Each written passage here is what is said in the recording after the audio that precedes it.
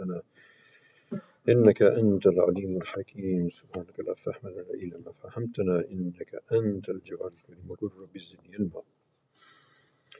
أعوذ بالله من الشيطان الرجيم.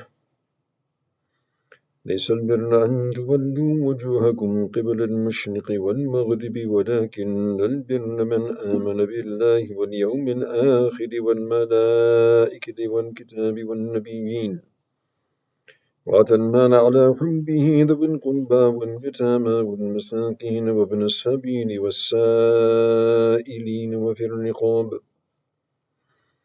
وأقام الصلاة وآتى الزكاة والموفون بعهدهم إذا عاهدوا والصابرين في البأساء والضراء وحين البأس أولئك الذين صدقوا وأولئك هم المتقون. صدق الله مولانا العظيم.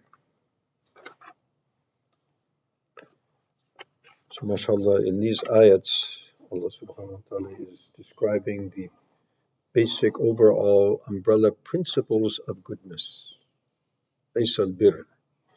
Not is righteousness what you think, but righteousness is what Allah subhanahu wa ta'ala defines in His kitab and manifests in the actions of His Rasul alayhi salatu wasalam. Also, up until now, this is approximately the midpoint of, a little bit more than midpoint of Surah Al-Baqarah.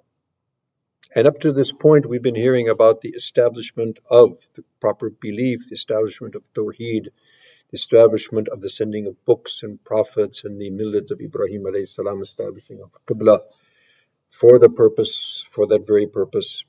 And now, from here on to the end of the surah, more or less, pretty much so, the detailed description of righteous action, which is the outcome and the fruit of proper iman and proper belief.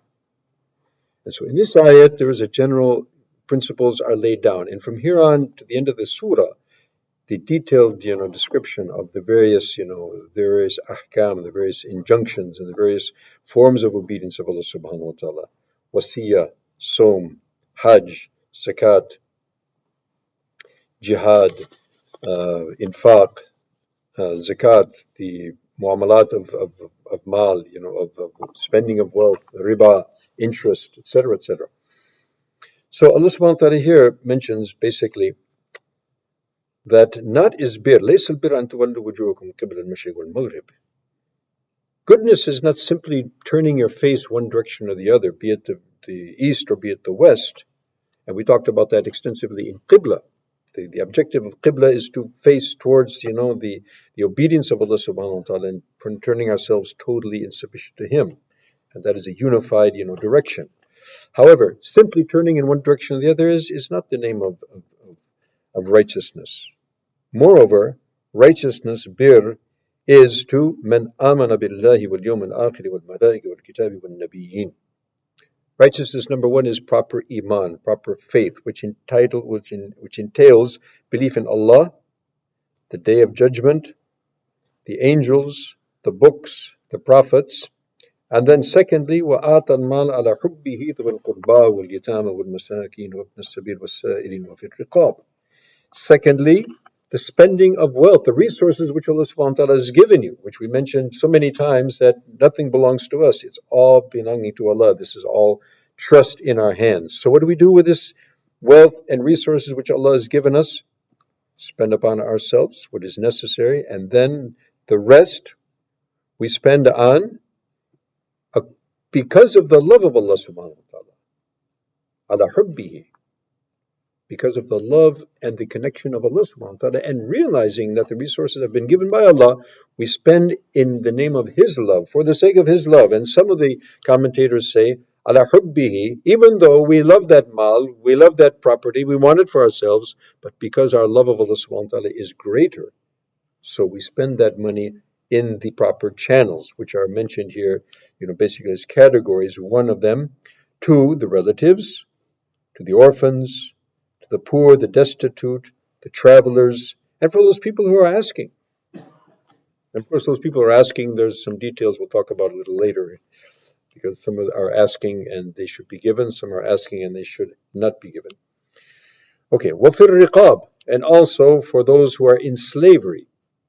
And inshallah, probably we'll have to take this topic of slavery and explain it in detail, because it's a pretty hot, and contentious topic, which inshallah we'll talk about in detail. But here we would just like to mention that basically there's only a way in Sharia for a person to become a slave, and that is that he's caught fighting with Allah and His Rasul, and he's made a prisoner, that hopefully in that situation he'll ultimately accept Islam.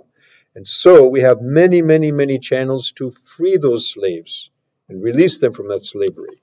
Okay, so also spending money in that respect. وَقَامَ الصَّلَاةِ وَآتَى الزَّكَاةِ, establishing prayers, establishing zakat, paying zakat in the proper channel, in the proper way. وَالْمُوفُونَ بِعَهْدِهِمْ إِذَا عَاهَدُوا, and then our transactions with others, looking after those transactions, our promises, our commitments. And then lastly, but not leastly, and moreover, the foundation of all of the former was وَالصَّابِرِينَ فِي الْبَأْسَاءِ وَالضَّرَّاءِ وَحِينَ الْبَأْسِ, and the people of patience, forbearance, whether it be external difficulties and problems that they have to face, or internal problems, sickness, stress, tension, anxiety, whatever it may be. And also, if they are faced with the enemy, in the face of the enemy also. So sabr is required, patience required to perform all of the former actions as well. وَحِينَ الْبَأْسِ أُولَٰئِكَ الَّذِينَ صَدَقُوا, these are the people who are truthful in their claim to be Muslims and mu'mins and people of Iman. وَأُولَٰئِكَ هُمُ الْمُتَّقُونَ, and these are the people of taqwa. And as we mentioned more than once, that taqwa is preparing a barrier between us and Allah's anger and His punishment. And by performing these actions, we would have very, very thoroughly and very strongly prepared that barrier. May Allah subhanahu wa ta'ala give us tawfiq. And inshallah, in the next few days, we'll be talking about these items in more detail. وبه التوفيق وآخر دعوانا الحمد لله رب العالمين والسلام عليكم.